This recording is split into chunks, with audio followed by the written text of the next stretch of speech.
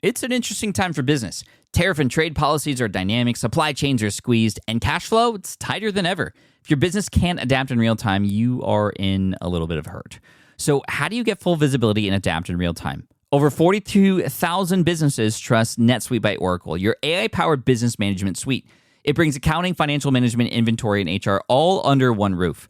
NetSuite is the #1 cloud ERP for a reason.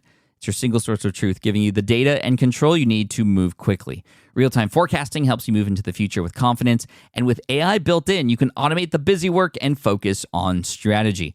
NetSuite helps you see what's stuck, what it's costing you, and how to pivot fast. If I were running a business with a lot of moving parts, I'd use NetSuite for full control over everything. Tame the chaos with NetSuite. If your revenues are at least in the 7 figures, download the free ebook, Navigating Global Trade, 3 Insights for Leaders at netsuite.com/SPI. That's netsuite.com/SPI. You spent months building towards launch day, but when the clock hits 0, your site crashes. Bots swarm, and loyal fans rage on Reddit. That's not good. Fanfare was built to stop that. Fanfare is the drop platform made for high-pressure moments, stampede-proof infrastructure, verified waitlists, and bot filters that actually work. Instead of refunds and rage, you get retention and revenue. And that sounds great to me. Your next launch shouldn't be a gamble. Get Fanfare's 5-step hype drop playbook and learn how to bulletproof your drop at fanfare.io/playbook. Again, that's fanfare.io/playbook.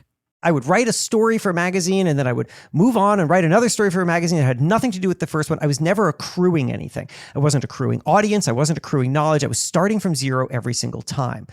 Entrepreneurs do not operate that way. They operate vertically. You do something so that it is the foundation upon which the next thing is built, so that it is the foundation upon which the next thing is built. That is not, I would argue, a natural way of thinking. You have to learn that way of thinking. And once you do, it totally alters the way that you do everything.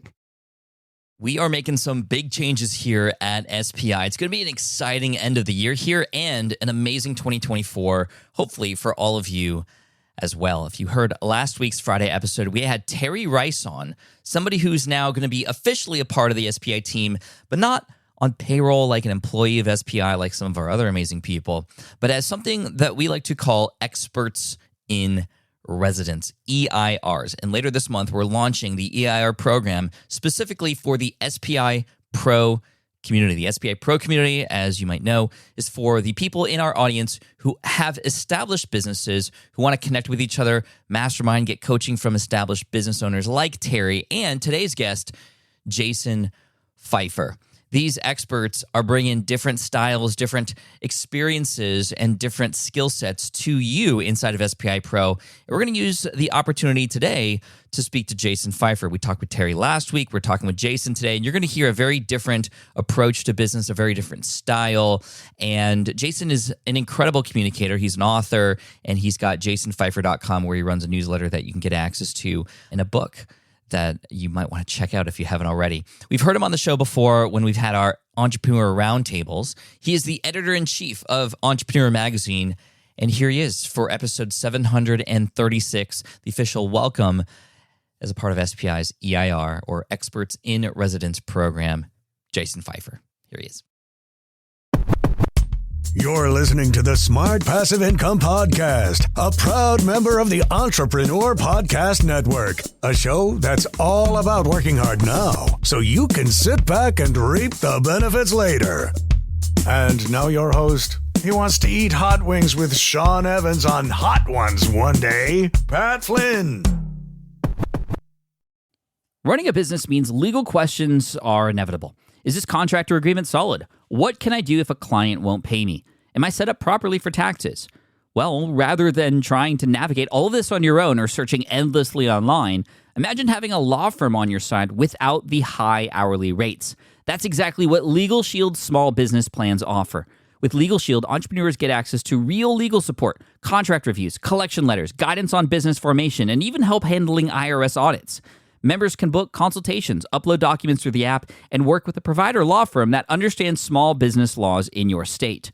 You also get proactive help on tax and trademark questions so you can stay ahead of legal risks. And if a client delays payment, Legal Shield can send professional collection letters to help you recover what you're owed, all for a fraction of what traditional attorneys charge.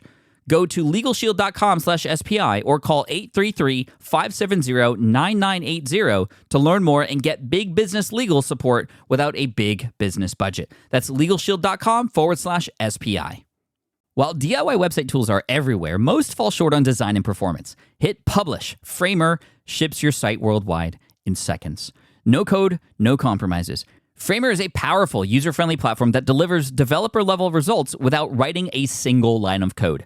Make your designs move and convert with Framer. Framer brings your site to life with powerful animations, dynamic content handling, and a design-first approach that helps your site stand out. Framer is the design-first, no-code website builder that lets anyone ship a production-ready site in minutes. Browse hundreds of pixel-perfect templates or even design something of your own on a totally blank canvas. Add bold animations like appear effects, text effects, scroll and looping animations, and much more in seconds. And it's free to start. The built-in AI handles the heavy lifting of generating starter layouts and can even translate your entire site to any language. On the back end, you'll get responsive breakpoints, built-in hosting, a flexible CMS, and privacy-friendly analytics. Ready to build a site that looks hand-coded without hiring a developer? Launch your site for free at Framer.com and use code SPI to get your first month of pro on the house. That's Framer.com, promo code SPI. Framer.com, promo code SPI. Rules and restrictions may apply. Jason, welcome back to the SPI podcast. Thanks for joining me today, man. Always great to be here. And it's exciting because we're going to be talking about your involvement now in SPI even more than already. You've been a guest here on our Friday episodes with Matt and our roundtable with Terry as well. But now you're going to come in a little bit more pronounced as one of our experts in residence. And I couldn't be more excited about that. And the community couldn't be more excited about that either. So we'll talk about that in a little bit. But just thank you so much for being here. And before we dive into that kind of stuff, I want to know a little bit more about just you as a person. Actually, you and I haven't really had a chance to just sit down and get to know each other in a more outside of business arena. But outside of business, what do you love to do? What gives you energy? Yeah, I appreciate that, Pat. It's funny. You are one of these people for me. I'm sure we all have these people who we've really only gotten to know in like work and meeting settings. Right. And so it's like I know how to talk business with you. So I love that question of yours. What gives me energy? It's something that I've thought a lot about. I have a friend whose name is Catherine Morgan Schaffler. She's a psychotherapist. And she said this question to me a little while ago as we were talking about balancing work and life and all that. And she said, what's the point of building something if you can't maintain it? And that question haunted me. What's the point of building something if you can't maintain it? Because I have spent many years building something that feels in a way a little unsustainable. And I'm motivated by a real window of time, which I know sounds really abstract, but I'll put some specifics to it in a second. And I know that window of time won't be open forever, and I want to use it to its maximum availability. What I'm talking about is when I became editor-in-chief of Entrepreneur Magazine, I realized, wait a second, this isn't just a job. This isn't just an opportunity to do really good at this thing, which has been my whole career. My whole career had been being hired at a magazine and doing a good job at that magazine and figuring out the next magazine to go to. And when I became editor-in-chief of Entrepreneur Magazine and people stopped treating me like a magazine editor and they started treating me like an authority, which was a very weird, unfamiliar role for me. Eventually I realized, oh my gosh, I will not be editor-in-chief of this magazine forever. Nobody holds a role forever. But being here right now gives me this chance to transform into to be the thing that everyone thinks that I am, some kind of authority, some person who can speak with authority, some person who has access to lots of people and can transfer all that knowledge in compelling ways. I can build a personal brand. I can build new businesses for myself. I can do a lot of things. Doors will open for me right now for a limited time. How do I take advantage of that? And I just started running as fast as I could and figuring things out, figuring out my voice, figuring out my perspective, figuring out who I am to an audience. How do I even build an audience? The kinds of things that SPI really guides people through. And it's the reason that people are so attracted to this community. It's grappling with the things that I've been grappling with. And years into this, I had a lot of successes, put out a book, built a really thriving speaking business, I've built an online audience. I have the kinds of things that I wanted to have. But what I didn't have was time anymore.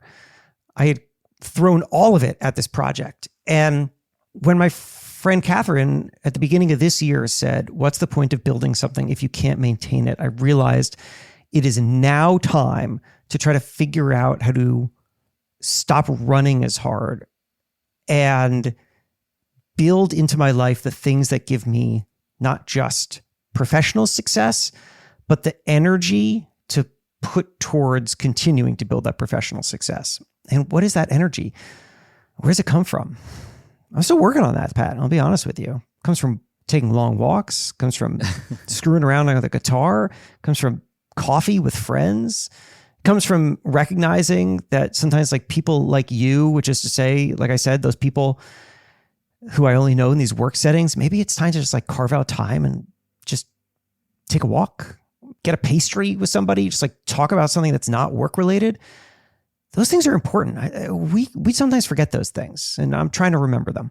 I mean, that's an amazing and vulnerable and very honest answer. And I think we're all of us are striving to find what makes us wake up in the morning beyond just kind of the work and the paycheck and those kinds of things. And what's really neat is with the community, you're able to find people who you might not have found otherwise, who can lift you up in different kinds of ways. And I found that, I've joined several mastermind groups for the purpose of growing my business over the years. And I'm in 2 that have been around for over a decade. And what's funny is most of the conversations that we have, I mean, we do talk about business, but we talk about life, we talk about family, we talk about all these other things that I didn't join really the group for, but that's what really gives me the energy to join them every single week. And I'm just so grateful for that. And the opportunity to now chat with you, not just here on the podcast, but even more so as colleagues inside of SPI is just really great. And it feels like that you love to build things. I mean, you've written a book called Build for Tomorrow. So building is a part of your repertoire, if you will. What gets you so amped up about building things and now building community inside of Pro and also just all the projects that you work on? Like, what about those things do you think is the common thread line for you? It's funny. I bet my answer will be very familiar to the people who are listening to this. In the earlier parts of my career, I thought of myself as in being in skill set building mode. I was a magazine editor. What I wanted to do was make sure I was really good at all the different elements of that, which kind of build up from what's called packaging, these kind of small bitsy things in magazines, to more long form editing, to long form writing, to managing other writers, to having a broader vision. I was skill set building. But my desire was always to build towards ultimately having my own voice and my own perspective and being able to create things because I have a vision. Not that I'm stepping into somebody else's magazine and understanding their mission and then helping to contribute to it, but what is my vision? And I knew, earlier in my career, I didn't have a vision. I was learning. But what has always excited me was getting to that place. And that to me is building. Building is when you get to the place in your career or your life where you can envision something that doesn't exist, or that by putting something on your shoulders, you can create something that it wasn't there. You can make something work in a way that other people can't. You can get it over the finish line. There's incredible power to that, especially when you marry it with the reason you're doing this is because the thing that you're creating is going to be useful to other people. Like when you know what you have to offer and you know who you have to offer it to, there's a real magic to that.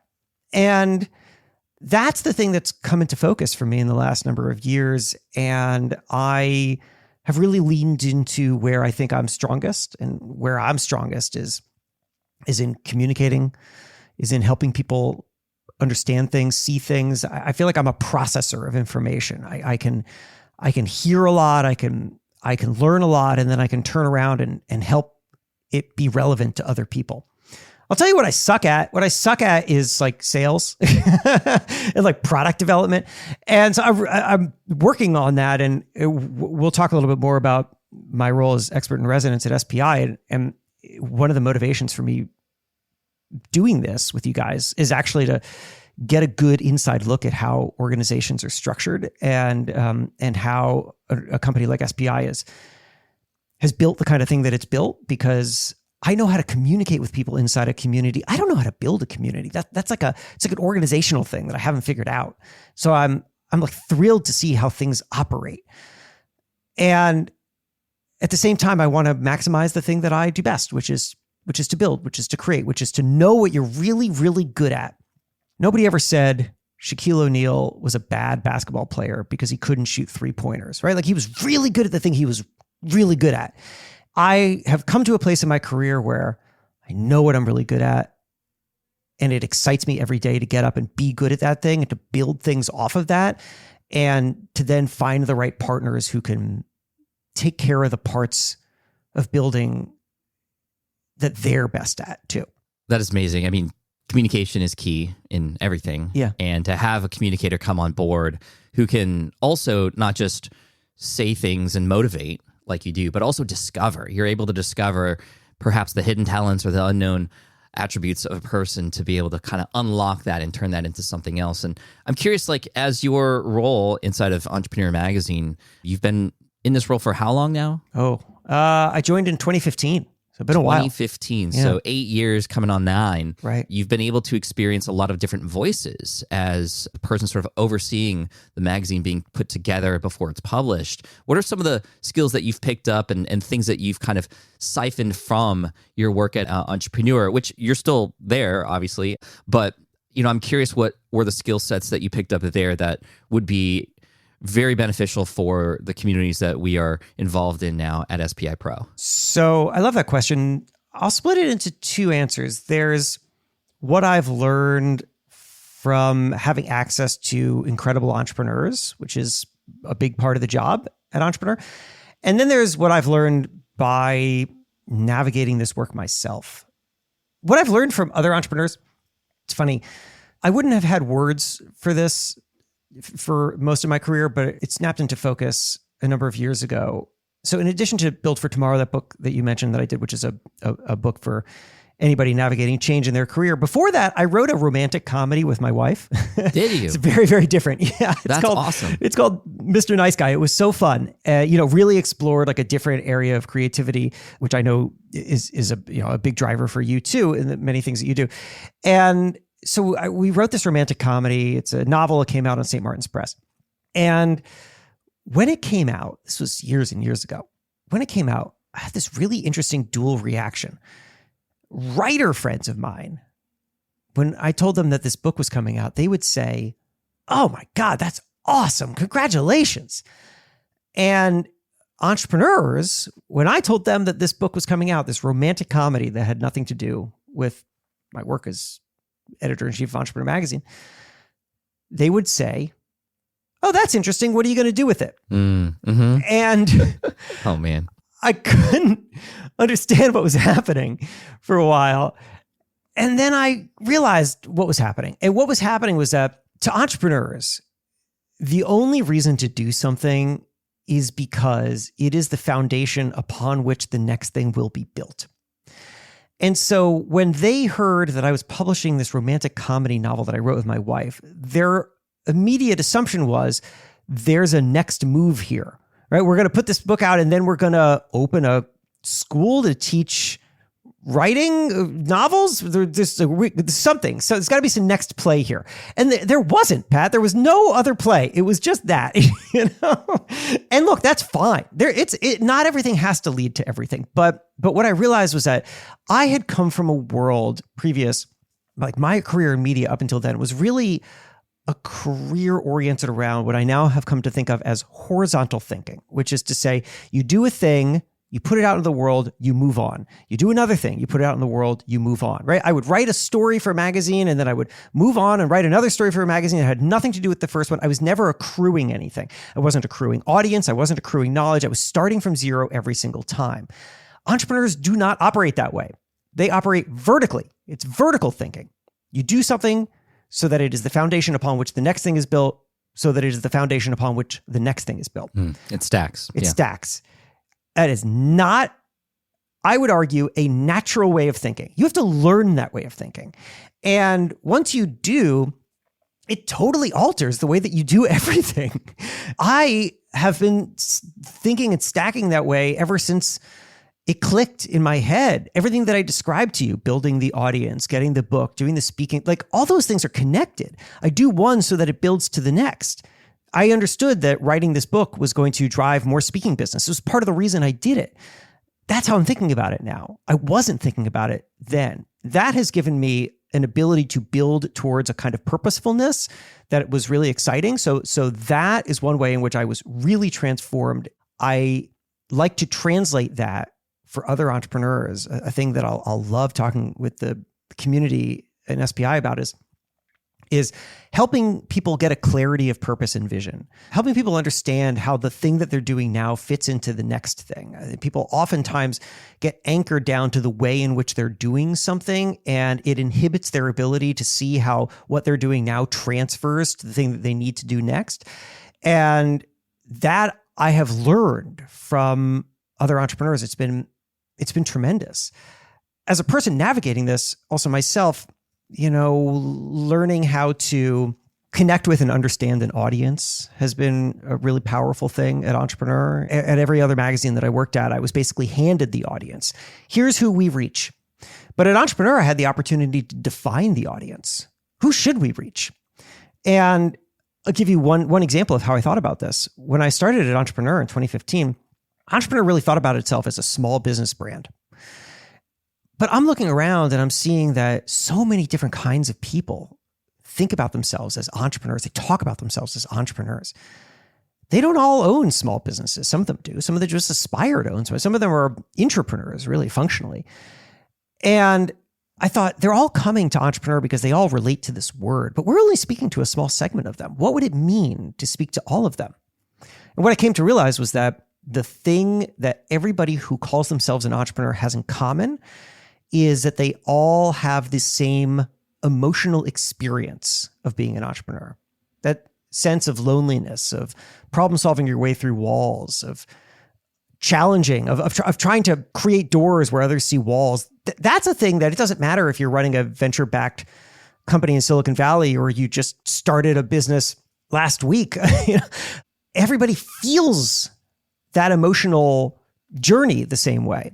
And I thought if we can speak to that, I think that we broaden our reach and we broaden our relevance. And I have become obsessed with how to understand audiences and how to connect with them, not just media audiences, but consumer audiences, business audiences. And so that's another thing that I love taking to and helping entrepreneurs decode. That's so good. I mean, there's a lot to unpack there. The idea of stacking versus just going horizontally. I mean, you're not saying that you shouldn't also have your projects, and if you are curious about creating a romantic comedy yourself, that's not something you shouldn't do, right? But it's just, how does that fit into the sort of overall package of what it is that you're building and creating?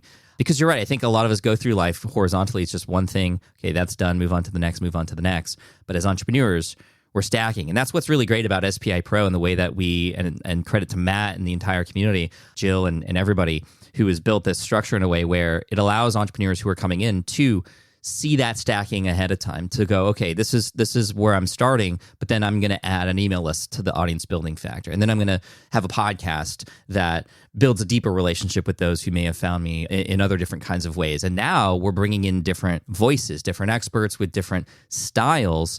And I'd love to ask you, with relation to that, what is your style and what do you hope to bring to the community at SPI Pro through the EIR program? What are you most excited about, and what have you got to bring? What do I have to bring? Well, we'll find out, won't we? Look, I'm really excited to get involved in this because a thing that fuels me is helping people, getting involved in the ongoing challenges that people are grappling with. I do a lot of startup advising, and the reason I do it is just because I love being able to step into a moment where someone is grappling with something really hard. Like, entrepreneurship is so hard, and to be able to bring fresh eyes and pattern match what they are working on against the infinite variety of similar situations that I have gotten to witness that other entrepreneurs have gone through, right? I mean, like I often will hear somebody's challenge working on something and say, this reminds me of something that I learned from this CEO over there, and then tell them that story and give them a framework through which they can now look at their challenge differently. I was afraid, Pat, at first when I got into this world of entrepreneurship. I was afraid that I wouldn't be useful to people. It might even seem like an imposter to people, because something that I have not done is built and sold a company for some, grand exit, which is what a lot of people I meet and interview have done. I'm not that. But what I came to realize was that I don't need to be that. Other people can be that. You want to talk specific financial strategies? Don't talk to me, but Matt is really good at that stuff. So it was almost like, great, there are other people out there who know really well the things that I don't know, and I don't have to worry about knowing those. What do I know really well? What I came to realize is that the thing that I understand really well, the thing that naturally clicks with me, is how people think. And I think that ultimately business is a human thinking pursuit. Business is a series of problem-solving strategies, and you can learn as many tactical strategies as you want, but at some point it comes down to, how do you implement that stuff in a human way? How do you think through the challenges that are in front of you? I have spent so many years absorbing that kind of pattern recognition from entrepreneurs that I now find that I can walk into basically any situation with any entrepreneur and hear what they're up to and have something to offer. And that feels like a magic power. It's like, that's incredible. It's in full credit to the, who knows, thousands of entrepreneurs, tens of thousands that I've met along the way who have been open and vulnerable with me and have shown me how they've thought through the hardest things in their work and in their lives. And I got to absorb that. I don't show up at SPI saying, I am the singular authority on 1, 2, 3 things. What I carry with me is a really good sense of how people think and a really good ability to hear you and to understand you and to draw a line between what you're going through and what somebody has already gone through. And I'm excited to see where that goes. I'm excited too, man. And I think we all are.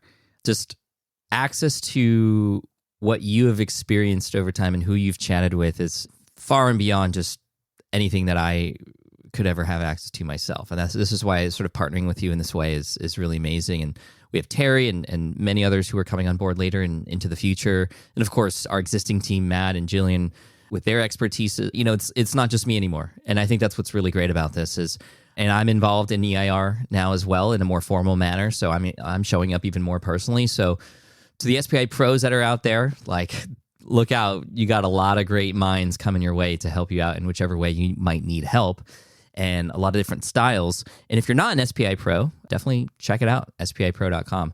To finish up here, Jason, I want to ask you, if you and I have just a day not doing business together and we can just do the one thing that you'd want to do more than anything, what would you show me how to do, and what are we enjoying together? Oh my gosh. I haven't had that day in so long that it's like asking me to flex a muscle. Well, we're going to make it happen at one point. Yeah, I'm excited. Let's do it. I mean, I'll tell you this. This is not the best answer in the world, but when the pandemic began in March of 2020, my wife and I, and at the time, 2 very little boys, they were, 4 and crawling at the time. They're now 4 and 8. We were living in a tiny apartment in Brooklyn with no outdoor space, 2 bedrooms. We were just like, we're going to go crazy in here. We don't know how long this is going to last. The day school shut down, we basically raced to the airport and hopped on a plane and flew out to Colorado, where we moved in with my parents. And we stayed for 18 months, which was crazy. And we stayed that long because we were able to get them into schools out there, first summer camp and then school. We couldn't do that in New York. So we stayed. That experience changed me in many ways. But one of the ways, which is to the answer to your question, one of the ways was that in New York, when you want to see somebody, it is almost always oriented around consumption. You meet someone at a bar you consume a drink. You meet someone at a coffee shop, you consume, you meet someone for lunch or for dinner. You're pretty much always consuming. In Boulder, Colorado, people take work hikes or they'll hang out. But the way that they'll hang out is that they'll go walk around a lake or they'll go walk up a mountain or something. And that, it was so foreign to me. It didn't make any sense to me. And it took a long time for me to be willing to do it. For a long time, I was like, these are not my people. What are these people doing? But then I started to do it and I loved it. And I realized that like moving your body with someone, getting some fresh air, seeing something, like having a just sensory input change, it opens up ideas, it creates better connections. And I have tried to replicate that in New York, now that we're back in New York, to varying degrees of success. Sometimes I will suggest to somebody that we take a walk around the park and they will be so uncomfortable with the idea that we have to meet at a coffee shop. Like they just don't know how to do it. But other people will. Matt, the very beginning of this road here that leads me to being an expert in residence at SPI, Matt was in New York and we spent the day and I just walked him around Brooklyn. It was hot out. I was wearing shorts. He dumbly was wearing jeans. He was like sweating profusely, but I loved that he was willing to go there. So to your question, like, what would I do with a day? I mean, look, if we could like, I love traveling. You want to hop on a plane somewhere? That sounds awesome. But if we just have like a day, truly just a day, I would say, let's carve out some time. Let's find a great long walk and let's see something together and exchange ideas. And I don't think there's much better than that. That sounds amazing. Let's make it happen, man. Let's do it. Thank you so much, Jason. Appreciate you. For those who are introduced to you for the first time here today, obviously we could find you inside the EIR program in SPI Pro, but also where else can we find you? What else can we get involved with outside of SPI? Yeah, I appreciate that. So I'll give you two things. So number one is that book that I mentioned, or that you mentioned, that we both mentioned, which is called Build for Tomorrow. It's a guidebook that I wrote for anyone navigating change in their lives or careers. You can find that audiobook, ebook, hardcover, everything but stone tablet. We'll get there next. And then also I write this newsletter, which is called One Thing Better. Each week, one way to be happier and more impactful at work and build a career or company you love. And I get such personal feedback from it because I pour a lot of myself into it. And I try to help people through the stickiest challenges that everyone faces. And so I'd love if you subscribe to that. It's called One Thing Better. You can just go to onethingbetter.email. That's a web address, onethingbetter.email. And actually, funny enough, Pat, I'll be launching a premium version of that newsletter, but everybody who joins SPI will be getting that premium newsletter included. So you don't have to pay an additional dime. You're already in. So I would love if you checked it out, and you'll have infinite ways to get in touch with me through SPI, but also everyone who hits reply to one of my emails, it goes straight to my inbox, and I always read everything. Amazing. Jason, thank you so much for your time today. Looking forward to seeing you inside of the community, and all the best. Thank you. I'll see you there. Thank you. All right. I hope you enjoyed that conversation with Jason. Just a wealth of knowledge. I hope that we get to have a hike one day, and you'll be able to have a lot of virtual hikes with him inside of SPI Pro when we launch it later this month with the EIR program. The SPI Pro community already exists, obviously, but we are doing a lot to make it even better and to be more active in there for you. I will be an EIR inside, or an expert in residence inside of SPI Pro as well, which means you're going to see from me weekly. I'm going to post, I'm going to keep you updated on things, and have the opportunity to connect with you in a more direct manner there as well. So if you want to check out more, go to smartpassiveincome.com/EIR. Again, smartpassiveincome.com/EIR. Definitely check out Jason's stuff. Jason Feifer, FEIFER.com. Check him out. Thank you so much for listening to the Smart Passive Income podcast at smartpassiveincome.com. I'm your host, Pat Flynn. Sound editing by Duncan Brown. Our senior producer is David Grabowski, and our executive producer is Matt Gartland. The Smart Passive Income podcast is a production of SPI Media and a proud member of the Entrepreneur Podcast Network. Catch you next week. Hey there, quick pause here because I have to tell you about a tool that completely transforms the podcasting workflow. Riverside. I get it. I used to juggle multiple platforms just to record one podcast episode. It was exhausting. Zoom for recording, Audacity for editing, and then a bunch of different apps just to create clips and social posts. I've tried other ones as well. They were okay, but They were clunky and super time consuming. That's where Riverside has massively helped. I can do it all in one place: recording, editing, repurposing, one platform, one streamlined flow. I just log in, record with my guests no matter where they are in the world, and just like that, studio quality audio and high resolution video all in one. And get this, even if your Wi-Fi glitches, Riverside records locally on your device so everything sounds and looks crystal clear. But here's my favorite feature: Riverside's AI editing tool. You can remove silences and filler words with just one click. Hours saved. With Magic Clips, Riverside also automatically finds the best moments and turns them into ready-to-post videos for YouTube Shorts, TikTok, Instagram, all without the extra editing. So if you're looking to level up your production quality and simplify your workflow, go to smartpassiveincome.com/Riverside and use code SMART to get 1 month free on the Pro plan. That's smartpassiveincome.com/Riverside, promo code SMART. It's built by creators for creators, and I think you're going to love it. I get it. You want to grow your business, but selling at scale feels overwhelming. You're drowning in complicated funnels, creating different lead magnets, or constantly posting on social media. And that gets exhausting fast, especially when you're trying to sell to hundreds or thousands of people. But what if you could sell at scale with a simple, powerful quiz? A Score app quiz or assessment asks your audience key questions and gives them instant personalized results based on their answers. Your audience gets to know where they are now and shows them the steps they need to hit their goals. You can set up a quiz in minutes using Score app's templates and have a powerful lead magnet that'll do the selling for you.